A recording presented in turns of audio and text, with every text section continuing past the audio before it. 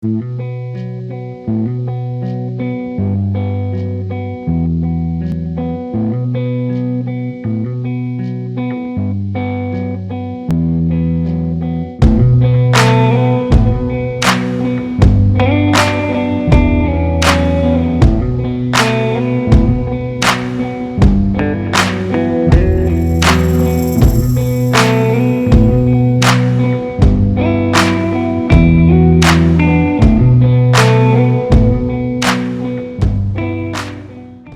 everybody, well, we're going to go on your carry-on bag now, right. And then we'll do check on, and we'll do the gun a little later in another video, or this video, I don't know, it depends on how long this video was. The last one got longer than we thought it would. Anyway, this is kind of what we do. If you have more stuff you want, that's fine. If you have less stuff you want, that's fine. I know guys that go to Africa with a carry-on bag and a check-in bag. How they do that for 10 days, I'm not sure. Yeah. They're certainly not going to somewhere like the Karoo where it can be 30 degrees in the morning and it can be 80 degrees in the afternoon. Right. That takes an array of clothes. Anyway, let's talk about that carry-on bag first.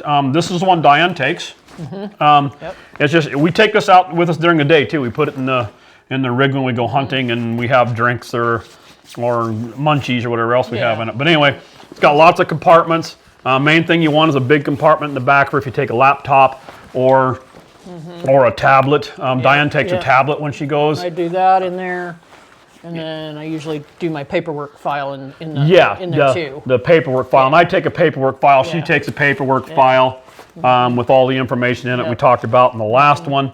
And then when I go, I take a bag that's real similar to it's way heavier, dude, and way more expensive. I think this is like a $35, $40 bag. This one here is a $250 bag. And why I take it is because it has all the camera. I take lots of camera gear, and you may not do that. It's got tons of camera gear in it. I take a big camera like this with a big lens. We might cover that sometime too, about what we actually do for photos and things in Africa, but I take a big full frame camera. Microphone for it. I take a GoPro with me. I take 2 or 3 video cameras with me. And this bag here is right about 14, 15 pounds with batteries, chargers, all that kind of stuff. Most people don't need this. This is overkill for sure, but we enjoy shooting video and editing video and putting them out for people to see. We don't care about any money for it or anything like that. We just enjoy doing it. But anyway, this bag here is a whole different bag, but it also has a spot for paperwork and all that kind of stuff in it, just like hers does. And I can put all my stuff in there and have it right at hand. So she has paperwork, I have paperwork. We're all doubled up. So anyway, that's kind of the bags. They can be whatever you want. They do have a certain dimension for different airlines. They got to fit in this little, if it doesn't fit in this spot, this little measuring thing they have, then you can't take it.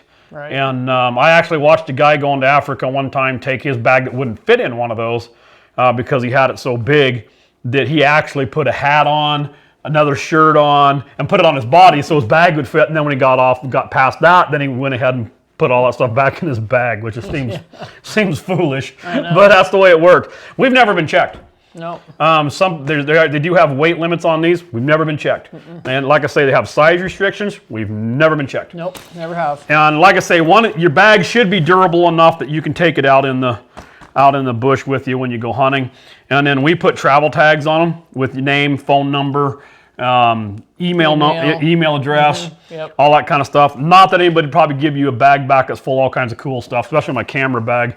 They're probably about $5 grand in that bag when we go, and I don't think I'd really get that back if I left it somewhere. I'm pretty sure. Okay, after your bag, you've chosen it you want to take. Make sure, like I say, it's easy to pack and go with you. You can haul it around hunting with you if you also want to in the rig, especially.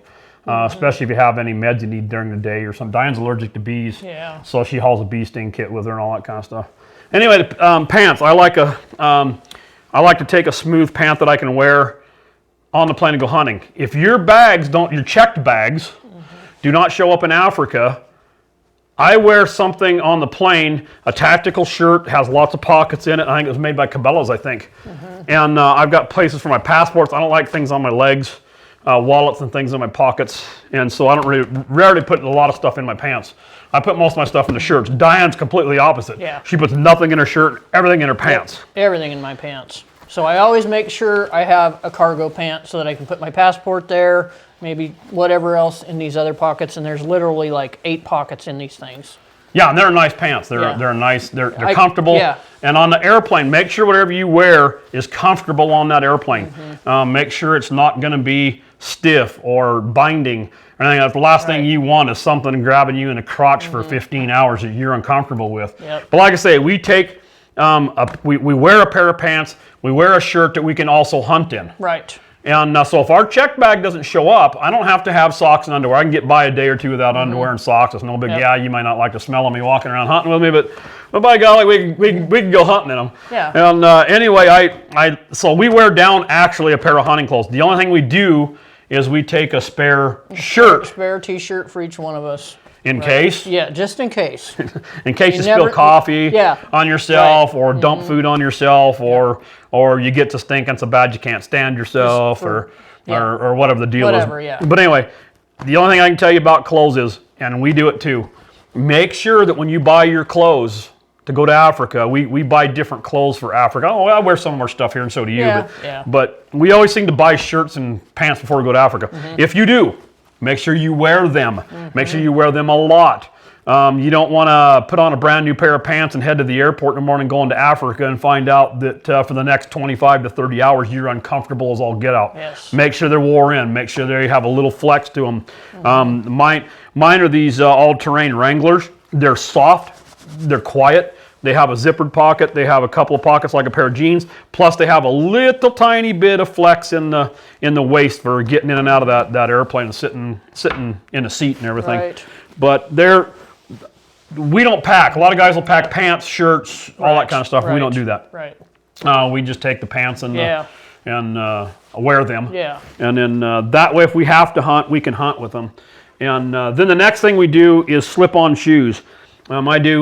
I do these. These were on my first hunt in Africa in 2010, and I still have them today. They're wear out. I think I might replace them before our next hunt this summer. But they're slip-on shoes. When you go through security, you're going to have to take your shoes off. When you go back through security again someplace else, you got to take your shoes off. Right. And then when you get on the airplane, 15 and a half hours, I don't want to have shoes on my feet. I always take my shoes off on the airplane after a while. I don't want shoes on my feet. So slip-ons on and off, because I'm not going to go to an airplane bathroom in my bare feet or my stocking feet. Airplane bathrooms are the nastiest places in God's creation. They are so disgusting. They are disgusting. They stink. They smell. They're dirty. The dirtiest one I was ever on was on an Emirates flight. That thing looked like a junkyard dog lived in there and stunk. But anyway, the shoes I like to put on and off. And if I walk around the airplane, I put my slip-ons on. I slip them on, slip them off, slip them on. I can do it as much or as often as I want to. When I go through airport security, they're fast, easy, no lace-up. A lot of guys wear their hunting boots down there. I don't understand it. Me neither. Most airlines allow you 50-pound bags each. Right, per person. So one of mine's going to be a gun case with guns and a bag, and she can take 2 50-pound bags. We never do that. No, I always take one. Yeah, you just take one smaller one than I do usually. Yeah. And anyway, that way we cover that whole thing. But you just don't want to be lacing up shoes and stuff all the time, and a lot of time involved there. And we have some people we've traveled with before that wear them, but don't wear your boots down there. You got to lace up boots. You got to lace them up and go to the bathroom. Lace them up, unlace them, go through security. Lace them back up, go through security. Get on a plane, lace them up, and go take a leak. And you don't really want to be there. And so the next thing you want to do is you want to make sure you have all that paperwork we talked about, your passport, all that kind of thing in your carry-on bag. I guess the next thing I'll cover from there would be cameras. A lot of guys take a cell phone to Africa, and that's all they take. Cell phones do a reasonably good job at taking photographs with you and a dead animal or just a mild scenery thing.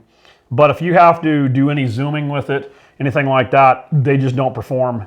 And you get kind of grainy stuff. And if you're going to blow up pictures, you really got to watch because they're really delicate to light. Yeah. And the less light you have, the more grainy the photo is going to be.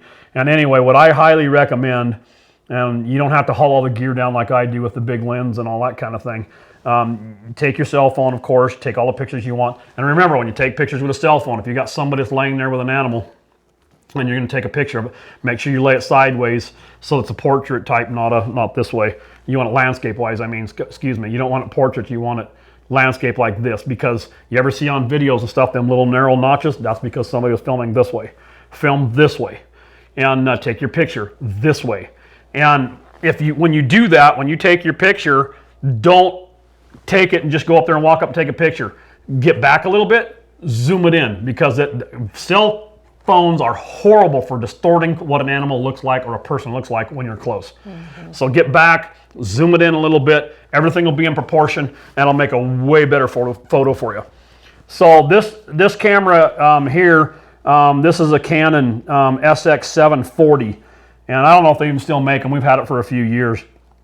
It has a 40 zoom telephoto on it that takes stupendous pictures. It goes way out, but anyway, it takes stupendous pictures, and it's a little bit on the pricey side. It does shoot some okay video too, but it's not great. But that can zoom in on animals 150, 200 yards away, and they look like they're standing and filling the whole frame. And that camera pulls in the quality of that. And so it's a good one. And the reason I take it when I have all my other gear, because a big camera is hard to get out, and you have this, and this just fits in your pocket. And so you're there with it. You just pull it out of your pocket, bam, bam, bam, take all the pictures you want. A lot of guys do that with cell phones, but cell phones, when you go to take a picture of a wildebeest at 250 yards, you'll barely be able to tell it's a wildebeest. And so that's something to consider too, is that. Okay, and be sure you have your chargers and things like that, and batteries for all your cameras and video cameras, whatever. And but remember, your batteries cannot be in your checked-on bag. They have to be on your carry-on bag. So do not leave batteries of any type in your check-on, because they're going to throw your bag out, or take stuff out of your bag and throw things all around, and you're going to get to Africa not having any camera batteries or anything like that. And so we take a flashlight with us, just because it kind of goes along with batteries. But take a flashlight with you, and then take spare batteries for all that stuff. But like I say, them have to be on your person. And things like, I saw one guy get in trouble, had a rangefinder in his check-on, and they had a battery in it, and they got mad about it. And they made him take that battery out of that rangefinder. So be sure you know what the rules are and regulations are with flying, and go with your batteries from that. So that's kind of the camera gear, and a flashlight. You want to make sure you have that. I don't know what else. You want to make sure you have reading glasses, and I even sometimes Diane will carry me a spare pair. Just in case. I can't read anything without them. I can see great without them, but I can't read without them. Oh, they could break. You could lose them. I mean, easily. Yeah, and it wouldn't be a good trip without them. So not trying to have you do everything for me. There's paperwork you got to sign in the gun office. So if you can't see it, you're like, where? You know. And anyway, sunglasses. Some people take a couple of pair. Sometimes we take them in a hard case. So they don't get broke or bent in your carry-on. But all this stuff we put in our carry-on. And then on the airplane also, we go noise dampening or noise canceling headphones. And we go with a Bluetooth that goes to your entertainment center in your airplane seat, your airplane there. And the noise dampening are wonderful. We did have one flight back from Africa, and there's a poor kid. He cried. I bet you he cried for 10, 12 hours. Oh, yeah. It was bad. The stewardess said it's the longest she'd ever seen any kid cry on a plane. And these help. You can buy them wired, and these also have a wire for them in case something goes wrong with this, or the batteries go dead or whatever. We take that along with us too. It's a little cable. It just plugs in and plugs into your headphones. But if you're sitting 2 or 3 in a row on an airplane, and somebody next to you needs to get up and exercise or go to the bathroom or do something like that, and you are wired in, if you don't unplug, more than likely you're going to break something. You're going to break it here, you're going to break it at the entertainment. I did that one year. I actually stood up, thought I had enough room, walked over, and I broke that little end of that jack off of that inside the entertainment center. So the rest of my trip home, I didn't have any entertainment center, and then I had to fill out paperwork telling them, hey, I just broke that off in there, so don't let anybody else go on a 20-hour flight without doing that. But the noise dampening help. You can buy these things and pay as much as you want. You can pay thousands for them if you really want to. I think these are some Sonys. They're really nice. They have really good sound. And this is just some Bluetooth. I don't even know what it is. Alluratech. Yeah. Alluratech They're or about something. $30. They're about $30. And anyway, headphones are 120 or something like that. 100. Yeah, is that what they were? 120? I think so. Yeah. So that's kind of what you want there, but you can spend as much money as you want. I know a lot of guys use Bose because Bose is high-end, high-quality stuff, and their noise dampening is not really dampening; it's deadening. You can put on some of them Bose headphones, you can't hear nothing. And so that's kind of the thing to do, and that'll keep you good for your entertainment on your airplane for that. So then, I guess what we'd want to talk about was money in Africa. We take a lot of money in our pockets that are small denominations because Africa seems to be a tipping country. They want tips. Yep. And so if you don't put a whole bunch of wad of cash into your wallet, open your wallet up and have $2,000 in there and then pull out $2,000, because someone's going to see that. Someone you don't want to see that. You don't want a bunch of hundreds or whatever. I've never heard anybody getting shook down in Africa. I'm sure it's happened, but I haven't heard about it. But what I do is I put $3 or $4 in this pocket. I'll put $5 in this pocket. I'll put $10 in this pocket. That way, when I pull money out, I pull out 2 ones. It's like, oh, that's all the money that guy. You're not flashing your cash. Right. And so make sure you do that.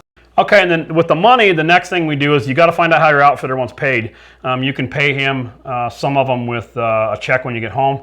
You can pay their bank in the United States when you get home. You can pay them with a credit card. You can cash some things. We pay a lot of stuff up front before we go, know about what we're going to hunt, what we're going to pay. Right. And so we pay that up front, and then we both take a couple of $1,000 cash. Some of them will do bill pay. Bill pay off your tablet. That's why you take your tablet. That's why I take my tablet, yeah. Yeah, and so that brings up the other thing. Belts I like to take to Africa are not leather. Leather kind of pinches and binds me on an airplane.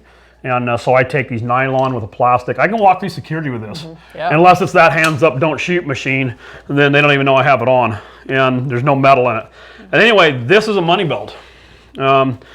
It's nice because I don't have to take $2,000 and throw it in my wallet and hope I don't lose my wallet or somebody steals it or whatever. And I can get, I think, in $100 bills, I can get 2,200 in this belt. You got to kind of fold them up just right and stuff them in here. And but you can get them in there. And I like the money belt because it's not going to fall off of me. No one's going to walk up to me and just grab it and disappear with it. If they're going to get it off me, they're going to have to work at it. They may get it, but they're going to have to work to get that off of me. And so that's something you want to consider too, is how you carry your cash. Don't flash a bunch of it. Don't flash your cash. Yeah, exactly. Okay. So then from there, make sure on an airplane you are extremely well hydrated. Diane's really good about that even when we're at home. And it don't matter what you do, just find out anything that's got electrolytes. This is a liquid electrolyte. Of course, it's like 3 ounces. Everything's got to be under 3 ounces on the airlines. And then it's got to be in a plastic bag when you go through security. So that would have to be in security. We have these type that are tablets, which we kind of like because when you get a bottle of water on an airplane, you can bust one in half and drop it in that bottle. Just dissolves in there. And you'll have it. And I know the bad thing about drinking a ton of water on an airplane is you have to go to that nasty bathroom again. And nobody enjoys that. But according to my doctor, she says that most people that get jet lag very bad, 2 or 3 days of laying around, they can't hardly do nothing, they can't function. Part of that is due to time frame change. But most of it is due to being dehydrated. So drink and go ahead and just put up with a nasty bathroom in your slip-on shoes and get in there and get it done. And one of the things that we do is these emergencies. They say they help you be good for not getting colds and sick and the flu. I have no idea if they help that. We've never got sick on a trip to Africa or back. We never have. And maybe it's because we do all this stuff. It might be. But anyway, we use this because I am prone to getting leg cramps, and so the emergency, I'll drink one of them before my long flight. I'll drink one of them during the long flight, and honestly, I will not get a leg cramp for the next 10 days. Whatever's in them help me from getting leg cramps, and I have other people I've told that to, and they do it. Say yes, that helps me not get leg cramps. So just whatever you do, whatever you like, whatever the flavor is, try it before you go. If you don't want to get on a plane and go, man, it's the nastiest stuff I ever tasted in my life. But anyway, make sure you have electrolytes of some sort in your water with your water. Next thing is that I take is this is just one of them. We take about 10 of these Imodium ADs because they work on us. They're a diarrhea thing, so if you get diarrhea, they'll stop that. Just in case. Just in case. It's never happened yet. Nope. But I don't want to be coming in for a landing somewhere and I've got to go to the bathroom and can't go there and I'm having a problem. So make sure you have some way to control diarrhea. Whatever works for you at home will work for you on the flight. And you eat weird things and you do weird. Different. Everything's different when you're on a trip like that. So you might eat something weird that makes you go more than you want to, and you you can take one of these. Yeah, you never Although one of these will counteract your electrolytes. They suck the moisture out of you a little bit. Yeah. And then lip balm. I always take, we like these natural ices. They got mentholatum in them, and so they work really well. If you're in, like down in the Karoo and what, like where we're going, the wind blowing, man, the wind just dries my lips out, something terrible. Sun. Or in Namibia, it was warm, and the sun just eats you up. So make sure you have some, whatever kind of chapstick type stuff you like. And the actual chapstick brand, I don't really care for. Me neither. Make sure you have gum. We like it because my ears have a tendency to plug. Oh, mine are really bad too. Going up, going down. The difference is I chew a piece of gum and my ears won't plug up as bad. And then take you some mints or something, because the person next to you doesn't want to smell your breath after you've been sleeping for all this time on an airplane and eating airplane food. Your BO reeks and your mouth reeks. And so take you a couple of mints, pass them around a little. If you got somebody sitting next to you, hey, you want a mint? Pass them around a little, because it's the thing to do. Antiseptic spray. That kind of became big in this COVID situation. We have been doing it since 2015. Because we were on a flight one time and we watched a gal change a diaper on a child when we were coming for a landing on that little food tray in front of her. And there's one of those in the bathroom, but she couldn't get up and go do that because we're descending, so they won't let her out of her seat. So she changed the kid's diaper right there. And I'm like, ever since then, I cannot eat off one of them food trays unless I take one of these and I spray it down, or I take a wipe or something. Diane takes wipes. Take one of these wipes. And anyway, we did this before COVID was the thing to spray down. I spray down somebody changes that baby diaper on there, and whoever comes in behind it cleaning up the plane, doing it as fast as they can to get the flight ready to go for the next people. How well are they doing it? Probably not very good. So I do my armrests with this, and I do my food table in front of me with that. And occasionally I'll do it on my hands and stuff. But anyway, that's the main reason I haul that stuff. And you take it in the bathroom. And I take it in the bathroom, especially the bathroom. I come out of them nasty. You can wash your hands in one of them bathrooms all you want. When you touch that doorknob, then your hands are dirty. You shut the door, your hands are dirty. So I take this in my pocket when I go to the bathroom. I come out, I don't even wash my hands in the bathroom. And then I come out and I will spray. And that way I don't have to touch all that. There's no point, because half the people walking out of that bathroom aren't washing their hands. No. At least. And all your meds, be sure you take all your prescription meds. They have to be in your check-on. They can't go in your carry-on. Well, I guess they could go in your check-on. They got to be on your carry-on. Yeah, I don't know. I don't know if you can put them. I wouldn't do it. I wouldn't either. I wouldn't do it. I'd leave them in my carry-on with me, because you never know where you're going to get hung up and what you're going to have to do. And most people that have blood pressure or something have to take it every day, so you need it on you, really. Yes. So any meds that you have to have that keep you healthy, that are prescription, make sure they're in the original body and don't mix them. Don't say I know what my blood pressure medication looks like and my thyroid medication looks like and my aspirin look like. Do not do that. I have had actually look at each one of my prescriptions and see what they are. And I didn't open them, but they looked at the label on them. And so be sure you have that covered. Now, water bottles, that goes along with your rehydration. You can take a water bottle with you if you don't want to. We always take a little water bottle like that because it fits on our pack. And we're ready to go. We can put our electrolytes in there. And most airports now have like a big fountain for these water bottles. They do. And so that works out pretty good. And then we take extra Ziploc bags just to put things in if we need to. We usually take 3 or 4 each. And then we take some electrical ties. You never know when you're going to have something like maybe a strap on your bag come loose or something like that. So we take zip ties with us also. And then Diane takes all kinds of. And I take these Fisherman's Friends cough drops. These taste really nasty. Yeah, they are nasty. Very nasty. But I have allergies really bad, and I don't want to be coughing on the plane or coughing when I'm hunting or whatever. And you take one of those and put it in your cheek and just kind of let it dissolve. I tell you what, you will not cough. They're the best thing there is, and they're fairly cheap. They're a couple bucks. And there's probably 40 in there? There's probably 40 or 50 in there. Yeah. So they're pretty good cough drops. I think they're just nasty enough that your body goes, no, I'm not going to cough anymore because I don't want to have to take one of those. But they do work extremely well. She uses them here all the time. She takes them to Africa just in case you need a cough drop or something, and all that kind of thing. And then I always take snacks on the plane because you never know what the food's going to be like. It just gives you another something to munch on or whatever. So always take snacks, sometimes granola bars or whatever. I like M&Ms. I take some M&Ms. M&Ms, but yeah, granola bars and things like that, cookies and things. Yeah, And we cookies. have been on a couple of flights where the airplane food was sometime, that Emirates flight was horrible. Everything we had on Emirates was overboiled, week-old spinach. I'm pretty sure I ate a granola bar for breakfast that morning because it was so bad. It was just nasty. Yeah. And so, and then we've been out hunting and stuff too. We take these out with us when we're hunting, and Yeah. you just need a little snack. You can have a little snack with you. But we haul granola bars, jerky. We even haul jerky and stuff, and down like that. But Chex Mix, whatever. yeah, Check Mix, whatever you want to take. Yeah.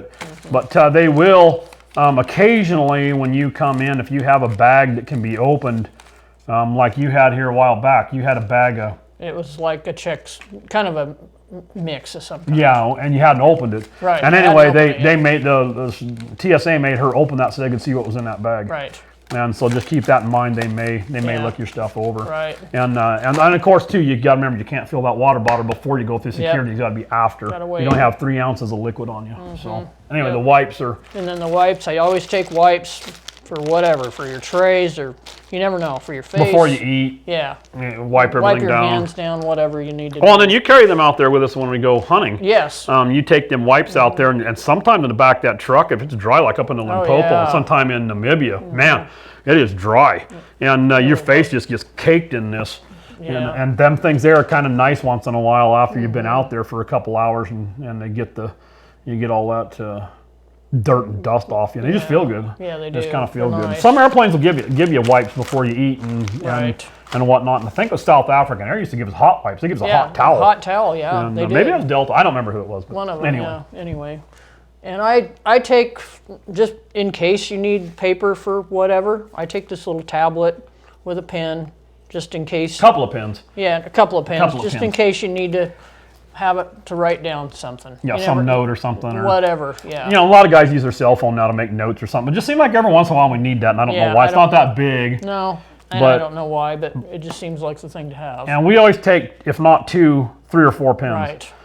Because when you come into South Africa, they're going to pass out immigration paperwork, and you got to fill that out before you land. You don't have to. You can fill it out when you land. It doesn't matter when you do Right. it. But now, when you're supposed to be doing other things, then you're standing there filling out paperwork.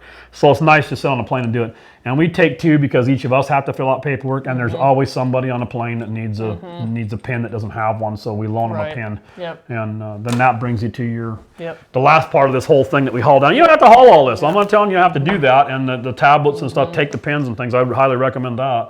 And this is Diane's journal. Yep, and I write in on a hunt. I write in this every night, and just tell After dinner and after right dinner, before we go to sleep. right before we go to bed. Yep. I'll write in it and just write in it about our day, what we did, what our experiences was, maybe what we ate. You know, just The details. the details, and it's just kind of special because then, you know, a few years later you go back and read it and you might not remember everything in it, and it's kind of special. Yeah, because we did that. Our daughter came up last summer, or it was summer before, whenever it was. Whenever it I can't remember when she was up last time or before. But anyway, when she came up, Diane had kept a journal of our first hunt in Africa in 2010. Well, this is 10 years later.